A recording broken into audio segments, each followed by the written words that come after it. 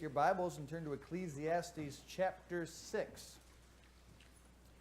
Let me take a quick second and thank the Lord for our deacons. We have a great group of guys serving as deacons right now. They'll be staying on, two of them for another year and two of them for another 2 years. But they do a great job. We have nothing but fun times in our deacons meetings. Poor Walt is usually the brunt of all of our jokes, but he is a tremendous sport. It really is a blessing to have dependable, honest, high character, committed men making decisions for this church. And I can tell you, I've never been in a meeting here in this church on any level where there's been any type of disagreement, any type of emotional outburst. It's just been a blessing here at this church with such great guys in those meetings. So thank you to those guys, Ray, Walt, Abe, and Doug. Do pray for them and their families as we head into this year with a lot going on, in particular the building project. Don't overlook the fact that Satan typically will target the leaders of a church to destroy a church, and he will target the pastors, he will target the deacons, he will target their families. So please keep your leaders and the deacons especially in prayer on a daily basis. I would greatly appreciate that. Ecclesiastes chapter 6, we're going to read the whole chapter in just a moment. But know that Proverbs and Ecclesiastes, although written by the same author, are very different books. Very different approach to each book. Same author, but different writing style with a very different intent. Proverbs, in my mind, is an explosion of detail, an explosion of content intended to inform the reader.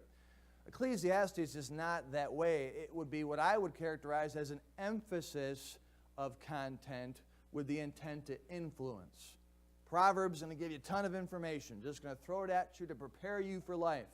Ecclesiastes, I'm going to give you a little information because I want to influence the way you see life, and I want you to truthfully, he wants people to rethink their philosophical approach to life. Proverbs is that book that's preparing you for life. It's getting you thinking. It wants you to look all around at your surroundings and just absorb things and apply wisdom to your life.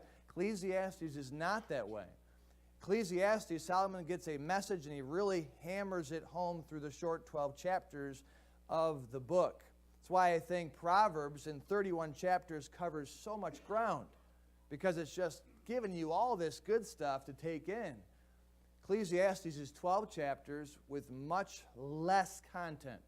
It's more of a conversation. He's trying to connect with his readers. Again, I think in Proverbs, Solomon was trying to prepare his son for life, and any reader that would take that book up, and as you're young, you're absorbing all this wisdom and hopefully applying it to the decisions you make. But in Ecclesiastes, as an older man, he was trying to redirect the same people he spoke to in the book of Proverbs. He wrote Proverbs at a younger age to his young son. By the time he's in Ecclesiastes and is an older man, and I think he has seen bad decisions. I think in his own life he's realized through experience he made some bad decisions, and he's trying to reiterate to these people he has been ministering to, either in his family or in his kingdom, rethink your approach to life. It's much easier to prepare someone for life than it is to convince someone to change their approach to life. That's why when you go down to Trinidad, if you go with us, you'll see an emphasis on the young people. It's not that in any way Brother Barkowski is ignoring the older people or ignoring the parents. He is certainly trying to reach them, but he emphasizes the young people because he's trying to give young people who are fertile direction in their lives so that they can basically raise up a whole generation of Christians, versus trying to get people who are relatively set in their ways to change. It's much easier to deal with a young person and give them direction than it is to deal with an older person who is set in their ways and try to change their philosophical approach to life. I think Solomon, I shouldn't say I think, I know based on the words of Ecclesiastes, he saw people making mistakes. He says, I've observed it all. I've seen this, and you're going to find out today he's seen something that's very common. He's watched it a lot. People waste their lives. They have an approach to life that results in tremendous harm. Again, I think we'd be foolish not to acknowledge that he too wasted some years of his life chasing things he had no business chasing. But here, as an older man, he had the advantage of experience, the advantage of age, and there's a sense of urgency in his voice. There's a sense of urgency in his words. I think this is the reason for the change in tone and the change in language. The change in tone in Ecclesiastes and the change in language in Ecclesiastes from Proverbs is clear. It's because he's trying to make a difference in some lives, and he's willing to speak a little harder. He's willing to speak a little more repetitive. He's willing to speak a little more intensely. Ecclesiastes 6 is a chapter that will sound repetitive. In fact, much of the book has been repetitive. If you've been with us all along, in the first 5 chapters, he's repeated himself a few times, hasn't he? You say, why is he doing that? Well, repetition is the greatest tool any orator can use. Repetition is the primary tool of the preacher. That's why preachers, and it may bother you, you may say, well, I've heard this before. I've heard it many times. Yeah, but if you don't hear it even more times, you won't take it seriously. That's why a good preacher will repeat the point over and over. He'll remind you of what point 1 was, remind you of what point 2 was, and by the time you're done, you should hear it many times. There's some science out there how many times you need to hear something before it actually sticks. I don't have those stats in front of me, but repetition is the tool of the preacher. And let me remind you that Solomon referred to himself as the preacher. Ecclesiastes 1:1. These were the words of the preacher, because he wasn't the teacher in Ecclesiastes. That's Proverbs. I'm going to teach you. I'm going to help you. I'm going to try to prepare you, guide you. Ecclesiastes, he says, I'm not teaching anymore. I'm preaching at you. I'm not just trying to help you. I'm trying to convince you. I'm trying to convict you. I'm not just trying to steer you along. No, I'm trying to smack you and get you to redirect things. So he has to repeat himself over and over. In 12 short chapters, he repeats his counsel to enjoy life and the here and now. He repeats over and over, all is vanity, all is vanity, all is vanity, all is vanity. All right, we get it. Good. That's the point. Because if he said it once, it wouldn't be that important. But you understand, he says, this world's not worth investing in. He repeats in 12 short chapters his warning of getting caught up in the here and then. He would rather you focus on the here and now. So don't interpret his repetitive nature as a man getting older and forgetting what he once said. He is calculating in how he speaks to the readers. He is intent to induce change in the lives of his readers. So don't let this familiarity breed contempt. Rather, let it breed the attention of your mind. Let it breed clarification and ultimately change. Let's read the chapter, and then we'll come back and digest it, break it down a little bit. Verse number 1, Ecclesiastes chapter 6, he writes, there is an evil which I have seen under the sun, and it is common among men. A man to whom God hath given riches, wealth, and honor, so that he wanteth nothing for his soul of all that he desireth, yet God giveth him not power to eat thereof, but a stranger eateth it. This is vanity, and it is an evil disease. If a man beget 100 children, and live many years, so that the days of his years be many, and his soul be not filled with good, and also that he have no burial, I say that an untimely birth is better than he. For he cometh in with vanity, and departeth in darkness, and his name shall be covered with darkness. Moreover, he hath not seen the sun, nor known anything. This hath more rest than the other. Yea, though he live 1,000 years twice told, yet hath he seen no good. Do not all go to one place? All the labor of man is for his mouth, and yet the appetite is not filled. For what hath the wise more than the fool? What hath the poor that knoweth to walk before the living? Better is the sight of the eyes than the wandering of the desire. This is also vanity and vexation of spirit. That which hath been is named already, and it is known that it is man. Neither may he contend with him that is mightier than he. Seeing there be many things that increase vanity, what is man the better? For who knoweth what is good for man in this life? All the days of his vain life, which he spendeth as a shadow. For who can tell what shall be after him under the sun? We're going to break this chapter down into 4 areas. The first thing we learn in these short 12 verses is what you can do is more important than what you can get. Let's read it again. Verse 1, there is an evil which I have seen under the sun, and it is common among men. The fact that this sad scenario is so common among men is why Solomon lived with such sorrow of heart. Remember, he talked in chapter 1 and chapter 2 about much knowledge increases sorrow, and he just feels like his mind has been vexed with all the things that he's seen and learned. And he says, I've seen an evil. I've seen an evil so often, it's so common among people, and this is why my heart breaks. This is why, truthfully, I just don't like living life. And this is why he would write with conviction, why he would write with such intent to change people's approach to life. You say, what's the common sad scenario? What's the evil that Solomon has seen? It's verse 2. A man to whom God hath given riches, wealth, and honor, so that he wanteth nothing for his soul of all that he desireth. Yet God giveth him not power to eat thereof, but instead a stranger eateth it. Solomon said, this is vanity. This situation that you would have everything you could ever ask for because God gave it to you, but God wouldn't give you the power to enjoy it. That is not fulfilling. This is an evil disease. He attaches a moral attribute to a physical illness, an evil disease. Solomon saw people give everything, or he saw God give people everything their soul could desire. He watched people get fame, wealth, riches, servants, clothing, chariots, horses, everything they could ask for, so that they had no need on their Christmas list, no desire because they had it.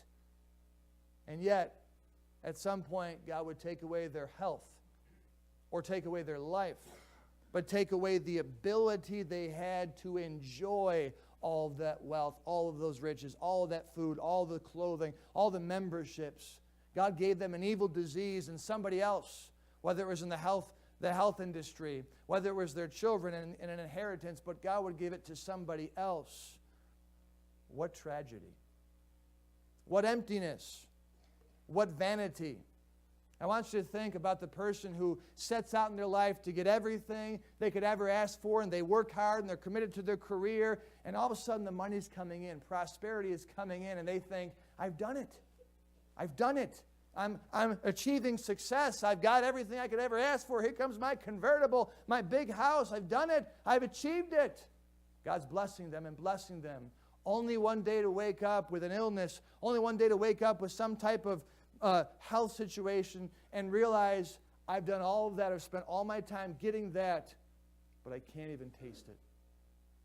I can't even enjoy it.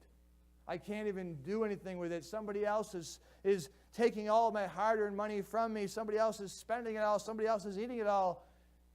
To realize they weren't blessed all those years all along. They were cursed. God gave them everything only to let them see it, but not be able to partake of it. That's tormentuous. People think God is blessing them when sometimes the prosperity is God cursing them because they know what they could have, but they don't have it.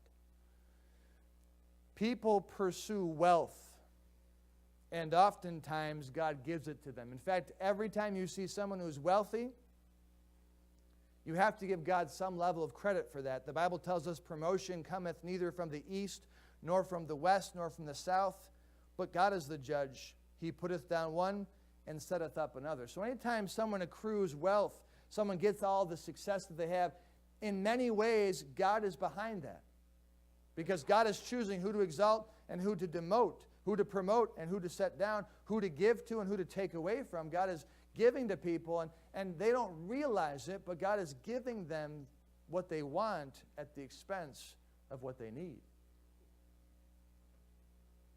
And to see what you had being consumed by someone else, I imagine that's got to be a terrible place to be in. You know what Solomon said? This is common among men. Common being, it happens a lot. Being it's more the case than is not the case. That people pursue it, they get it, but can't enjoy it. Because God didn't give them the ability to consume it.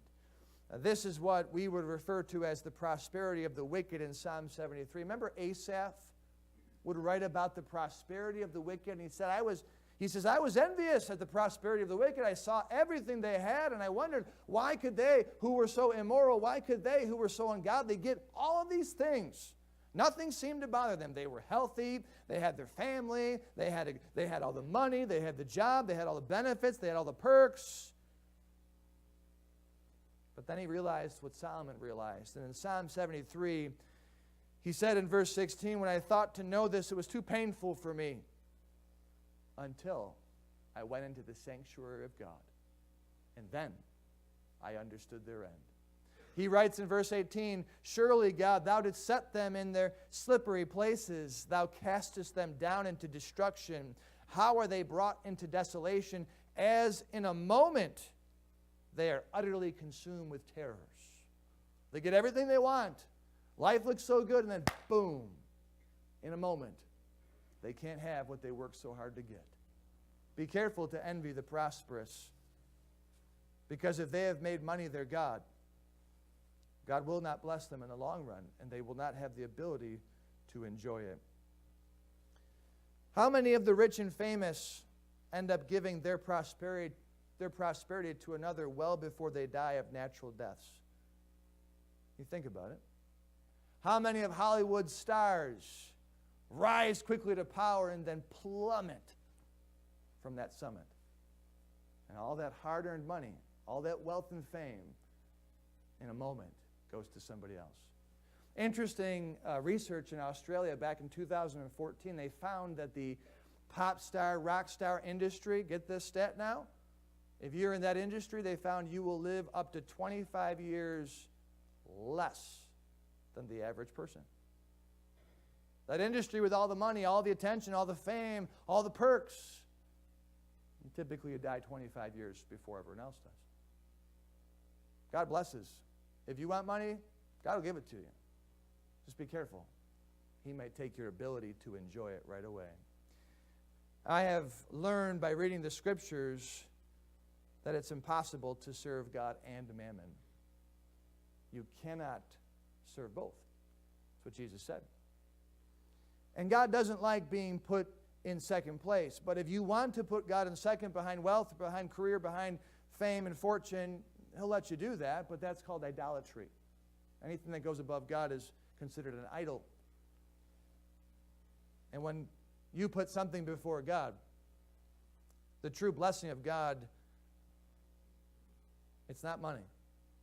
It's the ability to enjoy it.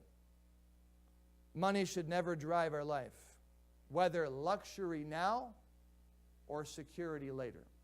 Now, I think the security later thing is an important emphasis perhaps in Christian circles, because typically we understand that materialism shouldn't drive us, money shouldn't be our driving force in life, and so we typically are aware of that. However, what we don't know is that financial security, especially in the future, can be just as dangerous as making materialism your God now.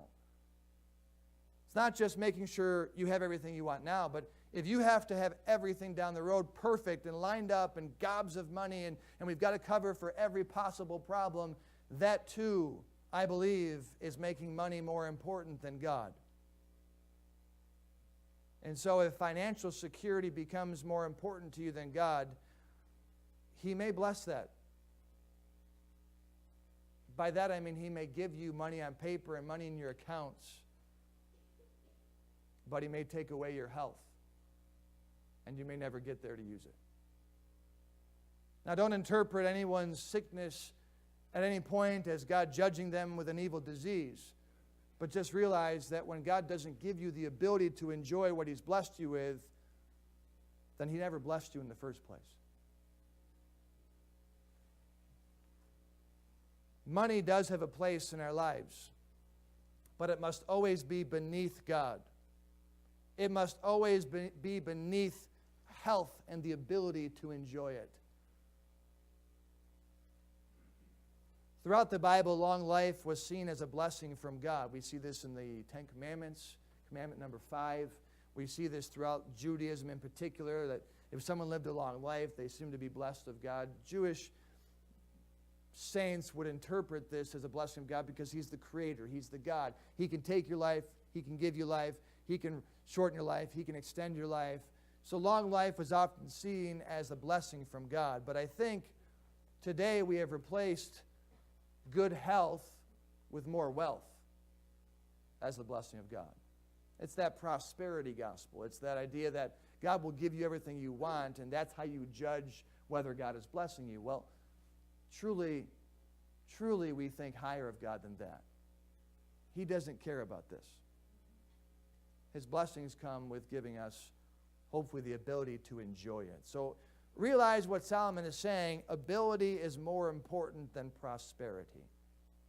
Even in the book of Proverbs, you would read about the contrast between having little but having a high quality of life versus having a lot and having a low quality of life. That's the book of Proverbs. But here in the book of Ecclesiastes, he is saying what you can do is more important than what you can get. TC, everything okay back there? Okay. Verse number 3. Transitioning then into this idea of having better health, the ability and opportunity to use what God has given you. He's going to mention now how he feels about that. Verse 3. If a man beget 100 children and live many years. Yeah, that's the goal then. We're not going to make money. Our goal, we'll make living many years. If a man beget 100 children and live many years, so that the days of his years be many, and his soul be not filled with good, and also that he have no burial, I say that an untimely birth is better than he. So first there's the situation of a person who has everything they could ever ask for, but they get sick or die early. Then there's this situation where someone's so healthy, he's got great stock, he pumps out 100 kids, or his wives do, and he lives many, many years. Lives as long as anyone could ever want to live. He's healthy, very healthy. But Solomon declares a miscarriage or a tragic stillbirth better than him, because his life is not filled with any good. You say, why is an unborn child better than a man blessed with long life? Read on, verse number 4. For he, the untimely birth, cometh in with vanity, emptiness. There's nothing there. There's no substance. And he departeth in darkness, and his name shall be covered with darkness. That doesn't mean in any way that this untimely birth results in an evil type of darkness. It's just there's nothing there. There was no light to speak of. There was no substance. We don't know the child's personality. We don't know anything about that child. We didn't hear that child speak. We may not know that child's color of eyes or that child's color of hair. Or we just have nothing really to talk about with this tragic situation. And so for that reason, it's darkness. It's covered in darkness. His name means nothing, sadly. It means a lot to the parents, naturally, but it means nothing to the world. Verse 5, moreover, he, the untimely birth, hath not seen the sun, nor known anything, good or bad. He knows nothing. This child hath more rest than the other. This child has more rest than the man who lived all these years and all these days and had all these children. Verse number 6, yea, though he live 1,000 years twice told. That's 2,000 years. Yea, though he live 1,000 years twice told, yet hath he seen no good. Do not all go to one place? Now he's talking about life under the sun. Don't confuse him saying that there's no heaven or hell and that everyone goes to the same place. He's talking about life under the sun. And he says, listen, if you're going to live 2,000 years versus 2 seconds, and you have no good in your life, but you don't know anything in your life, you know whose life is better? The person who doesn't know anything. The person who didn't experience anything. To go through 2,000 years and not have any good in your life, what's the point? You're all going to end up in the grave. And if you're all going to end up in the grave, at least from birth to the grave, there should be something good in between, something of substance in between, something of positive enjoyment, pleasure in between. And this guy had nothing. Nothing. When it comes to life under the sun, it's not the wealth that matters, it's the health that matters. And secondly, we learn when it comes to life under the sun, it's not the years that matters, it's the people that matter. So lesson number 2, who is in your life is more important than how long you live your life. Now you'll notice in verse 3 there's a statement there that seems to be out of place unless you understand what he's saying. He says, a guy lives all these years and he has 100 kids. That's a lot of kids. And then he says he has no burial. No burial. What's that got to do with kids? Well, in Jewish tradition, and even today in the Western world, there is some element of that as well, but in Jewish tradition, it's the responsibility of the children to bury the father. It's the responsibility of the kids to bury their father in honor. And a man who has 100 kids has no burial. What's wrong with this picture? Solomon's saying this guy had no relationship with 100 children. Oh, he lived a long life. He lived a long time. He had great health, as good as anybody. He ate well, he exercised well, God blessed him with good health. But he had no relationships in his life. What's the point? Solomon says you're better off. This untimely child, this child that was born, maybe lived a second or two or a few minutes, you know what he got? A burial. He got a burial who lived a few moments. A man who lived 2,000 years with 100 kids didn't get a burial. Powerful stuff. So, lest anyone thinks good health and long life are the ultimate blessings of God, realize there is something much more important than good health and long life. It's relationships with your family, with your friends. Sons are more important than centuries. Daughters are more important than days. Family relationships are more important than doctor relationships. Friends are more important than fitness. And no one in this world is less important than nutrition. Life is not about living long. It's about living well. And living well requires living well with people, because life is all about people. You realize when God created the world, He put a man and a woman on it, and his first command or instruction to them was not don't eat of the garden. The first one was be fruitful, multiply, and replenish the earth. You know what I want, Adam and Eve? You know what I would love to see, Adam and Eve? I want you guys to make babies and make this world be full of people, because you're going to be blessed with the gift of people. And life is going to be about people. God intended for us to be with one another. Now, I know you're saying to yourself, yeah, but my husband drives me insane. You don't know what my wife is like. You don't know who so-and-so is. I didn't say it didn't take work. But the alternative is not having anyone in your life. And some of you are saying, ooh, that sounds really good. Yeah, it's good for about a week. It may be good for a month. It may be good for a year. But if God thought that was so good for you, He would have put one person on a planet, made all these planets. But He put one person on a planet and said, it's not so good that a man be alone. I will create another person for him. Life is about relationships. That's the way God sees it, not the way I see it. He gave us one another to live with. You have a tremendous contrast. You have an untimely birth and a man who lives 2,000 years. You have a guy with 100 kids, a man or a child with no relationship to speak of. You have one who sees nothing. You have one who sees no good. One who has a burial, one who has no burial. You have this one whose name means nothing. It's darkness.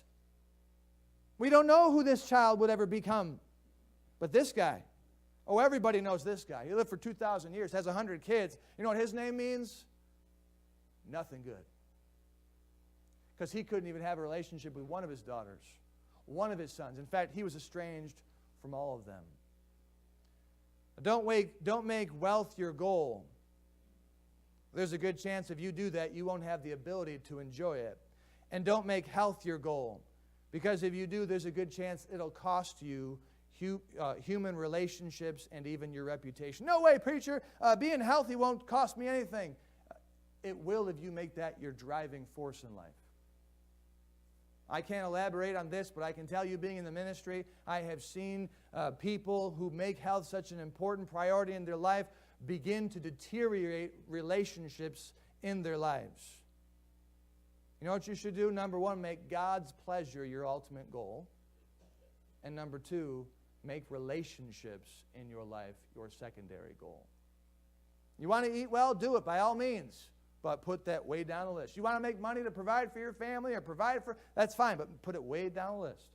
Don't put either of those things above the pleasure of God and the relationships with people in your life. People ruin relationships over many things. It may be health, but it may be money. It may be over careers. It may be over holidays. It may be over decisions. It may be over disputes.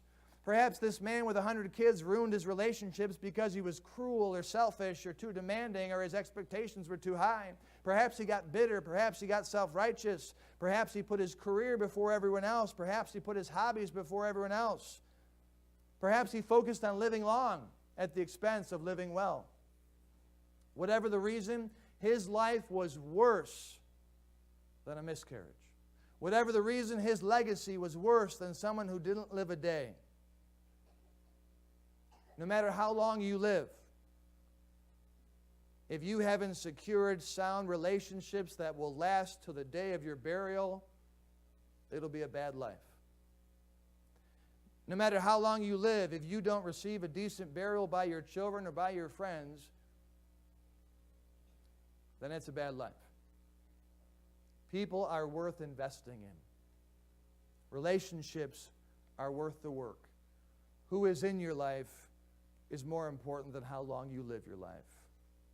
Verse number 7, sticking with a familiar theme, a repetitive theme, Solomon continues to seek change in people. He says in verse 7, all the labor of man is for his mouth, and yet the appetite is not filled. This is so true, isn't it? We work for one primary reason. You know what that's for? It's to feed your face. And you know what's annoying about that? The face never gets content with that. I've always been depressed if I think about it, so I don't think about it, but I work and I calculate how long did I have to work for that? And then if you go out to eat, you're like, whoa. I just inhaled it, and in short time it's going to come out the other end. I just wasted, what? You ever think about that? You ever go eat, stuff your face, feel bad about it, go to the bathroom and think, that was stupid, right? Just go to Aldi and get as much as you can for that, and it really makes sense. But we work because we got to eat. There's nothing wrong with that. Do you realize work always precedes eating in the Bible? Paul says if you don't work, you don't eat. Go back to before the fall. Before the fall, God put Adam in the garden to do what? To dress and keep the garden. And then God says, hey, you can eat whatever you want, except for the tree of the knowledge of good and evil. But it was in that order. I'm going to put you there to work, and then you can eat. We work to eat. And yet, we're never satisfied. Our appetite's never done. We get done with breakfast, 3 hours later, feed me. 4 hours later, feed me. It's never enough, and we got to work to pay for that. I was talking to a young person recently. It's hilarious. This young person talked about a certain career they wanted to have, and I'm going to become this so I can get a lot of money. And I said to this young person, you know working is not about getting rich, right? You know working is not about accruing money. And this young person said sincerely, well, then what do we work for? I said, to feed your fat face. And this person looked at me like, what? Yeah. You're working to eat. Now, this is a young person growing up in America, 2018. It's the American problem. We think food is a given. We think food is for free. We think working is just to pay for the vacation.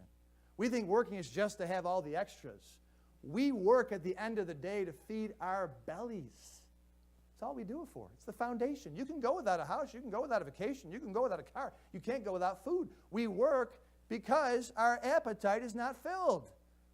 Verse 8, for what hath the wise more than the fool? From that standpoint, that we work because we're hungry and we never stop being hungry, so we never stop working, what's the difference between a wise man and a foolish man? They both have bellies that want to eat. They both have to work. So, like, what's in light of living life, being wise or being foolish doesn't change the fact that we're human and we have to eat, which means we have to work. So just because you're wise doesn't mean you don't have to work. Verse number 8, the second part says, what hath the poor that knoweth to walk before the living? This is great. If you can follow it, Solomon says, all right, the wise man and the foolish man, from the standpoint of humanity, they both have to eat. They never get satisfied. They both have to work. Now the poor, he says, the poor have something on the rich. The rich that has everything they could ever desire, they don't understand living in the moment. Because the rich have big goals. What can they save for? What can they do down the road? Food today is a given. It's free. It's here. They just assume it's easy peasy, so they eat it, don't really appreciate it. The poor don't take anything for granted. They realize that food isn't going to necessarily be there in 5 years, so they get it right now. Oh, they appreciate it. They know how to walk in the land of the living. They're not thinking about those who haven't yet lived. Their mind isn't down the road and the people that haven't lived yet. They're walking, they're living in the day, in the moment, and those who are living, they appreciate their daily bread. You see what he's saying? He said they know how to appreciate and savor that piece of bread and that butter. They don't assume it's going to be there tomorrow. They know how to walk before the land or before the living. And so he says, verse number 9, in light of that, verse number 9, better is the sight of the eyes than the wandering of the desire.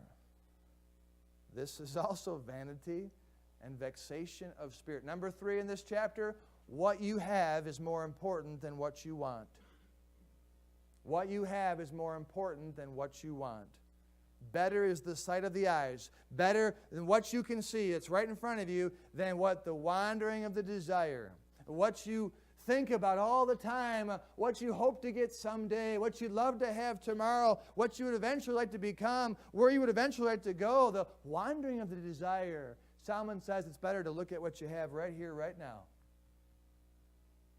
To enjoy what you have right here, right now. Remember, verse number 1 and 2 talks about getting everything and then someday not being able to enjoy it.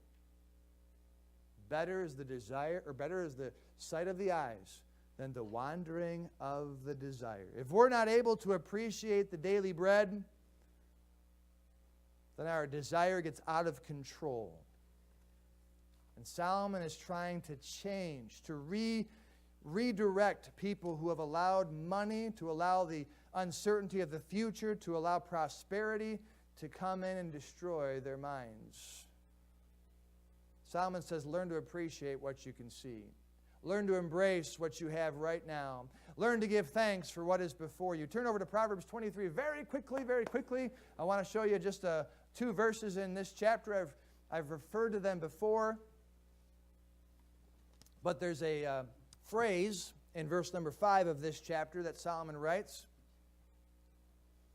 that would be good for us all to latch onto and remember throughout the days, throughout the weeks. Because Solomon's saying, be careful not to let your desires steal the blessings of your possessions. Be careful not to let your wants steal the joys of your haves. And in verse 4 of Proverbs 23, he says, labor not to be rich. Parents, tell your kids, labor not to be rich. Well, then why am I working? To take care of your needs. That will protect them from a life of sorrow. Labor not to be rich. Cease from thine own wisdom. He says, wilt thou set thine eyes upon that which is not? For riches certainly make themselves wings. They fly away as an eagle toward heaven. He says, wilt thou set thine eyes upon that which is not? In other words, why think about something that is not there? Why think about something that you don't have? Why set your eyes, why set your mind, why set your heart on something you do not have? Because you might miss. You might stop appreciating what you had. You can turn back to Ecclesiastes chapter 6. This truth is true for possessions, houses, cars, clothes, appliances, you name it. This is also true for occupations, for jobs and opportunities. This is equally as true for matters of health, and this is certainly true for relationships. Don't let what you want in your life steal the blessing of what you have in your life. Don't let what you want in your loved one to steal what you have in your loved ones. Well, they're just not what I want them to be, and they're just not. Careful. You may spend a lifetime wishing they were someone else, only to lose them someday and wish you just had them the way they were. Don't let what you want in your health steal the blessing of what you have in your health. Again, if you spend all day wishing you didn't have that problem, wishing you could fix that problem, and I'm not saying it's not painful and debilitating, but if you spend all your days wandering in your mind about desiring a better health, you won't appreciate what health you do have. And as life takes your body down a sad trip, you will look back and wish you had what you had 5 years ago, even though it wasn't ideal. Don't let what you want in your marriage steal the blessing of what you have in your marriage. And don't let what you want in your job steal the blessing of what you have in your job. Yes, it can get better, but it can always get worse. It can always get worse. The grass is not always greener on the other side. Better is the sight of the eyes than the wandering of the desire. What you have is more important than what you want. Verse number 10, we'll be done quickly here. These are some tough verses, not going to lie. Verses 10, 11, and 12. He says, that which hath been is named already, and it is known that it is man. You say, what in the world is he saying? I'm pretty sure he's saying life is what it is. We know what we've got in life. That which has been is already named. You can look back in human history, go back to the fall. It is what it is. People are born. People die. Life is not easy. Life is not a bed of roses. There are thorns, there's sweat, there's hardship, there's problems. We're flawed. We have tendencies. We make mistakes. We sin. We repeat them. Like a dog returning to its vomit, we often return to our folly. Like, this is life. That which has been is already named, and it is man. This is who we are. This is life. It stinks. From that standpoint, it's not fun. That's why Solomon said, neither may he contend with him that is mightier than he. You can argue with God all you want.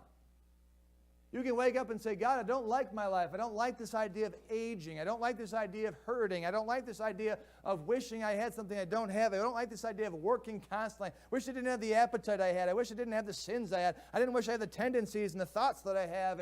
And Solomon's saying you can't contend with God. He's not going to change life. It's just who we are. When the curse took place, God cursed the world, and that curse ain't going away until Jesus Christ comes back and sets up everything new and then recreates the world. So we can't contend with God.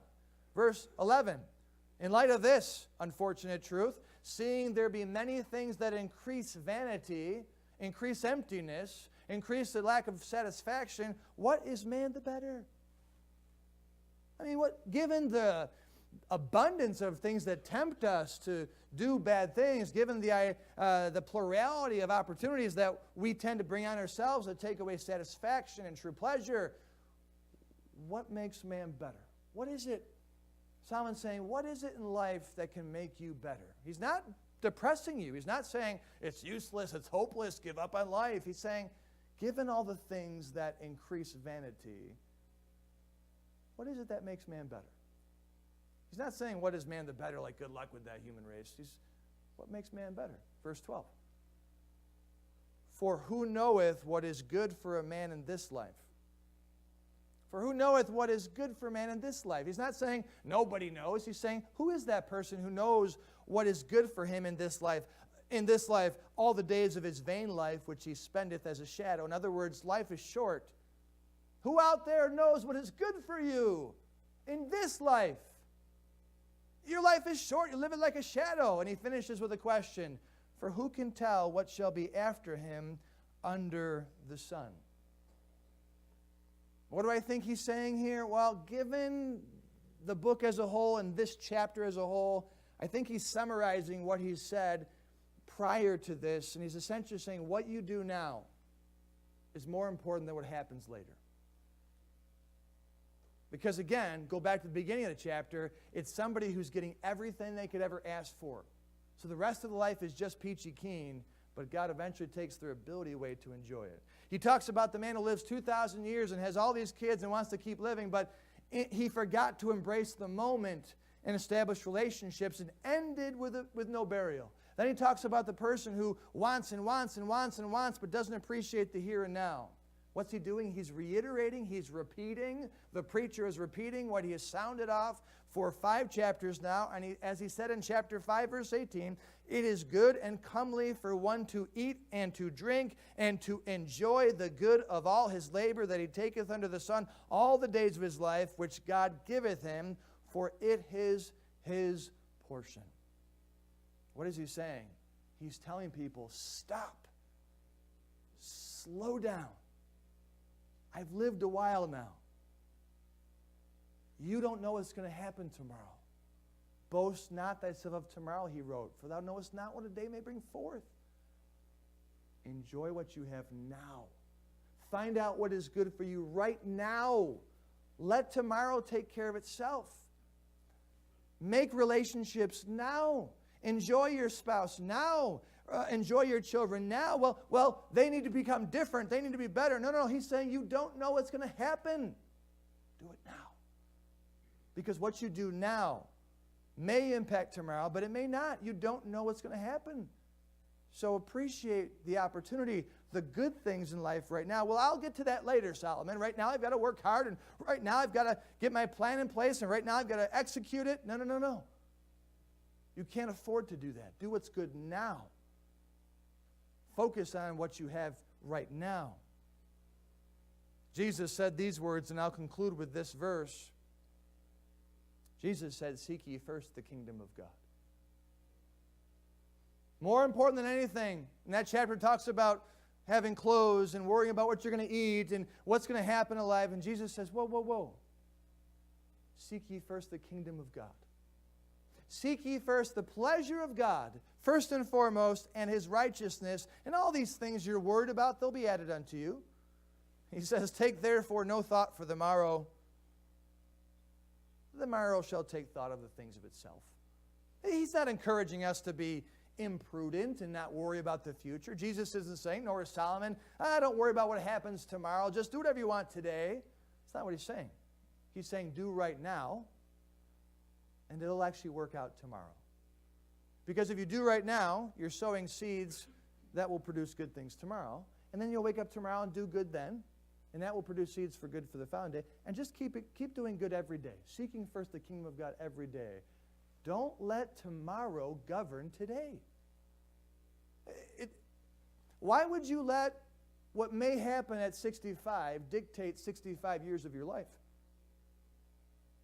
Why would you let happen in 20 years, what you don't know is going to happen, dictate what's going to happen today? Your spouse may not be there tomorrow. Your child may not be here next week. Your health may not be here next month. Your job may not be here next year. Do what is good, what is righteous, what is appropriate, what is wise right now. You know why? Because that's your portion in life. What you have right now, that's what God has given you. Well, what's going to give me tomorrow? Stop. There's no guarantee you're going to be here tomorrow. Slow down. We Americans, we got to slow down. Solomon says, just do good now. It's more important than what happens later. Money, you can stockpile all you want. What happened in 2008 again? You can put all the food you want in the basement. You think you can stop God from taking it if he wants it? You can take all the vitamins you want. You can put your children in bubble wrap. You don't really think you control the universe, do you?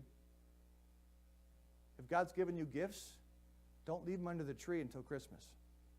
Tear them open and love them to pieces. That's what Solomon's saying. It's good stuff, isn't it? Let's stand and have a word of prayer.